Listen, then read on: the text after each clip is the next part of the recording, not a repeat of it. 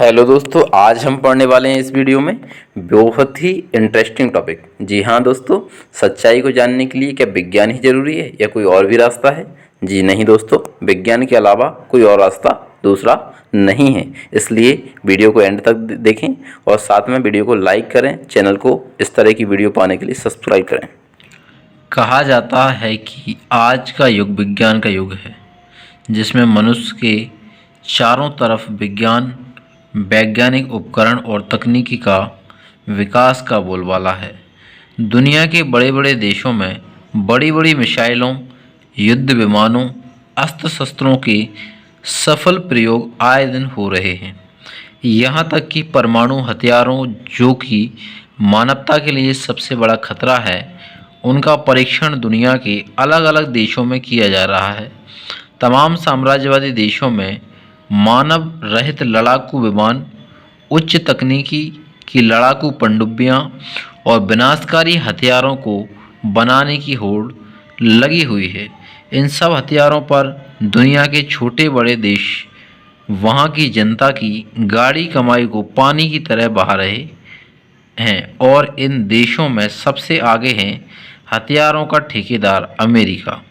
उक्त घटनाक्रम को देखकर क्या यह कहा जा सकता है कि यह विज्ञान का विकास है? कोई भी मानवतावादी, तर्कशील व वैज्ञानिक सोच रखने वाला व्यक्ति इसे विज्ञान का विकास नहीं कहेगा, बल्कि इसे पूरी मानवता को विनाश मुहाने पर खड़ा करने की तैयारी ही बताएगा।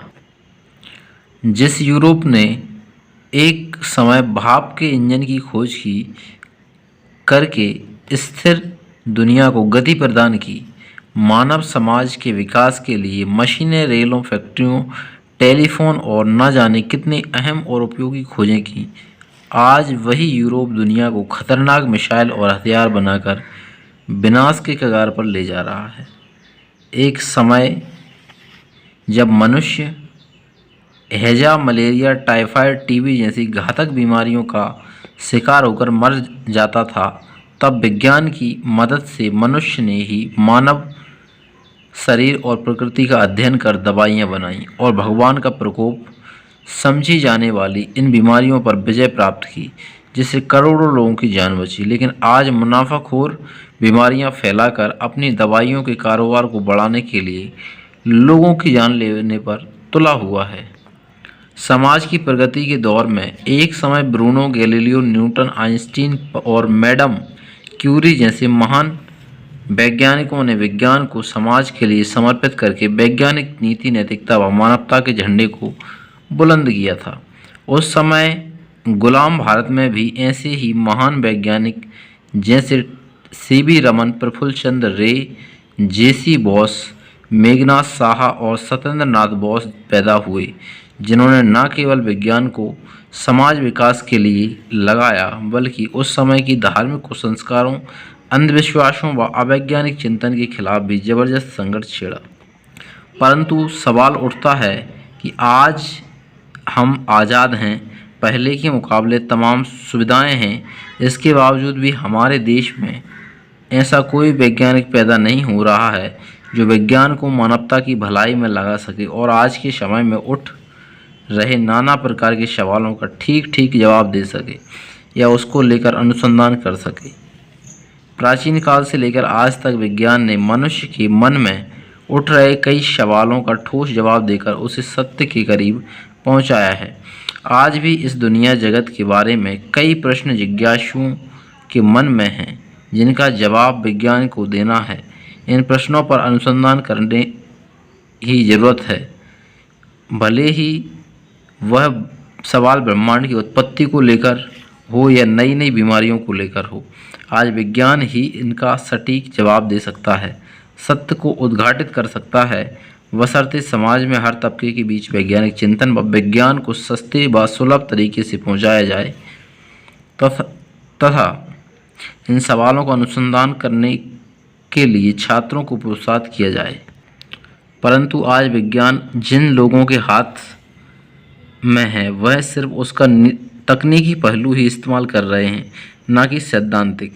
इसलिए आज फिर से विज्ञान व वैज्ञानिक चिंतन को समाज में फैलाने के लिए छात्रों, युवाओं, शिक्षकों, प्राध्यापकों और आज की विज्ञान ये प्रेमी वीडियो जो लोगों हम देख को रहे हैं, ये इसमें बीड़ा हम जो पढ़ उठाना रहे होगा। हैं विज्ञान कि के सत्य प्रचार को प्रसार जानने के के लिए लिए क्या केवल विज्ञान मॉडल ही मेकिंग, जरूरी है, क्या और कोई विज्ञान शो, रास्ता नहीं मैजिक है शो और विज्ञान के कुछ अलावा? तो प्रायोगिक दोस्तों एक बात हम गतिविधियों से ही आपको काम नहीं बताना चलेगा, चाहेंगे बल्कि एक सही कि वैज्ञानिक दृष्टिकोण एवं सत्य जो है यानी चिंतन को सही स्थापित कोई भी करने, चीज़ है उसको जानने अपनाने तक, हर बात का की, और हर घटना फैलाने की का सच्चाई संघर्ष तक भी पहुंचने छोड़ना के लिए होगा। हमें विज्ञान का सहारा इसलिए लेने की आवश्यकता है क्योंकि विज्ञान ही एकमात्र ऐसा रास्ता है जो हमें निरीक्षण परीक्षण के आधार पर चलना सिखाता है, सोचना सिखाता है, थिंक करना सिखाता है। क्यों?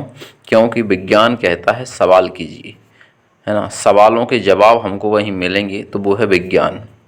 हर घटना, हर वस्तु, हर किसी कोई भी घटनाक्रम है, उसके पीछे विज्ञान जो है वो उसके पीछे का कारण खोजने के लिए हमें बोलता है, हमें सिखाता है। विज्ञान से हमें शिक्षा मिलती है कि हम किसी भी घटना के पीछे के कारण को समझें और जानें। इसीलिए सत्य तक पहुंचने के लिए निरीक्षण परीक्षण करना बहुत ज़रूरी है। तो वो हमें कौन सिखाता है? विज्ञान सिखाता है। लेकिन आज हम देख रहे हैं, इस लेख में भी हमने पढ़ा, जो आर्टिकल है इसमें 1 पेज का, इसमें हमने पढ़ा कि बहुत सारी जो प्रॉब्लम्स हैं आज, बहुत सारी अलग अलग जो फील्ड्स हैं उनमें जो रिसर्च होना चाहिए, जो शोध होना चाहिए, जो शोध कार्य होना चाहिए, वो आज नहीं हो पा रहा है। क्यों नहीं हो पा रहा है? क्योंकि जो विज्ञान है वो आज चंद लोगों के हाथों में सिमट कर रह गया है। आज हम देख रहे हैं कि इसमें बोला जा रहा है कि बड़ी बड़ी जो मिसाइलें हैं, बड़ी बड़ी लड़ाकू पनडुब्बियाँ हैं, लड़ाकू विमान हैं, है ना, तो उनके जो हथियार हैं, है ना, विनाशकारी जो हथियार हैं, ये सारी जो चीज़ें हैं, इनके लिए तो क्या हो रहा है कि इनमें तो इम्प्रूवमेंट हो रहा है। इनके लिए तो साइंस जो है वो लगातार रिसर्च कर रहा है। क्यों कर रहा है? क्योंकि इनका जो यूज़ है उसको आज बड़े बड़े जो देश हैं, जो कॉरपोरेट्स हैं, वो इसको आज बढ़ावा दे रहे हैं। इसलिए ये जो है इसको ज़्यादा इनका विस्तार हो रहा है। तकनीकी के क्षेत्र में तो विज्ञान का विकास हो रहा है, लेकिन और जो चीज़ें हैं उन और जो संसार में और जो विषय हैं उन पर कोई शोध कार्य आज नहीं हो रहा है। क्यों नहीं हो पा रहा है? इसके पीछे कई सारे कारण हम देख सकते हैं। जैसे हम एक इसमें एग्जांपल आया है कि एक समय ऐसा हुआ जब बड़े बड़े साइंटिस्ट आए, बहुत सारी प्रॉब्लम्स सोसाइटी में आई, बहुत सारे ऐसे आविष्कार हुए जिन्होंने उन प्रॉब्लम्स को, उन रोगों को, उन बीमारियों को दूर किया। जैसे एक समय हैजा, मलेरिया, टाइफाइड, टीबी जैसे घातक जो बीमारियां हैं, उनसे लोग क्या करते थे? मर जाते थे। उनसे लोग फाइट नहीं कर पाते थे। क्यों? क्योंकि उनके अंदर उनसे लड़ने के लिए एंटीबॉडी नहीं होती थी, लड़ने के लिए रोग प्रतिरोधक क्षमता इतनी ज़्यादा नहीं होती थी। लेकिन इन बीमारियों का जो निदान है, इनका जो सॉल्यूशन है, वो किसने ढूंढा? इनका इलाज जो ढूंढा वो साइंस ने ढूंढा। एक समय इतने सारे आविष्कार हुए और तमाम तरह की जो बीमारियां हैं वो उनका इलाज जो है वो ढूंढ पाना संभव हो पाया। क्यों हो पाया? क्योंकि विज्ञान पर किसी का पहले वो नहीं था, इतना ज़्यादा उसको रोकना, उसको संचालित करने के लिए उसको कंट्रोल नहीं था उस पर, है ना। विज्ञान का विकास हो रहा था लगातार, वो प्रगतिशील भूमिका में था, है ना। तो लगातार विकास हुआ विज्ञान का। लेकिन आज का जो युग है, आज इस तरह की जो बहुत सारी बीमारियां हैं, है ना, बहुत सारे वायरस हैं, उनसे निपटने के लिए साथ में और भी जो बहुत सारी समाज में, सोसाइटी में जो धार्मिक अंधविश्वास चल रहे हैं, कुसंस्कार चल रहे हैं, उनसे फाइट करने के लिए जो आज लोगों का ब्रेन जो है, माइंड है, वो डेवलप होना चाहिए, वो आज डेवलप नहीं हो पा रहा है। पहले जो साइंटिस्ट हुए, वैज्ञानिक हुए, उन्होंने धार्मिक अंधविश्वासों और कट्टरपंथी जो विचारधाराएं थी उनसे लड़ने के लिए भी नया सिद्धांत दिया। वो विज्ञान के आधार पर ही वो संभव हो पाया। लेकिन आज का जो युग है, आज के युग में ये नहीं हो रहा है। क्यों? क्योंकि जो अलग अलग जो इंडस्ट्रीज़ हैं उनका डेवलपमेंट के लिए ही सिर्फ और सिर्फ अनुसंधान कार्य हो रहा है। लेकिन आज बाकी जो विज्ञान की प्रगति है वो रुक गई है ना, वो हो नहीं पा रही है ना। तो मानवता की भलाई के लिए और इंसानियत के लिए, है ना, जो अनुसंधान होना चाहिए वो आज नहीं हो रहे हैं।